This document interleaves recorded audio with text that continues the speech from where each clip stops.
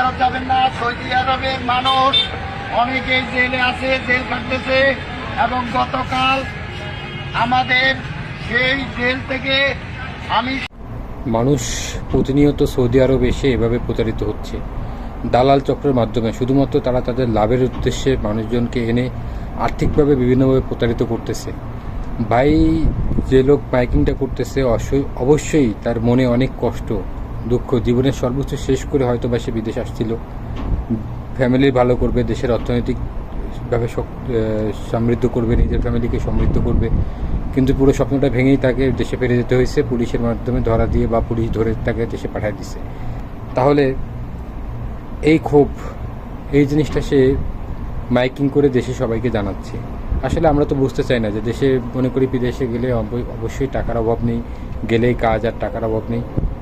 যে জিনিসটা ভাই মাইকিং করে সকলকে সচেতন করতেছে, আমরা কয়জন সচেতন হব? হয়তো ভাববো সে একা বিপদে পড়ে আসে। না ভাই, হাজার হাজার লক্ষ লক্ষ মানুষ এভাবে এসে প্রতিদিন প্রতারিত হচ্ছে।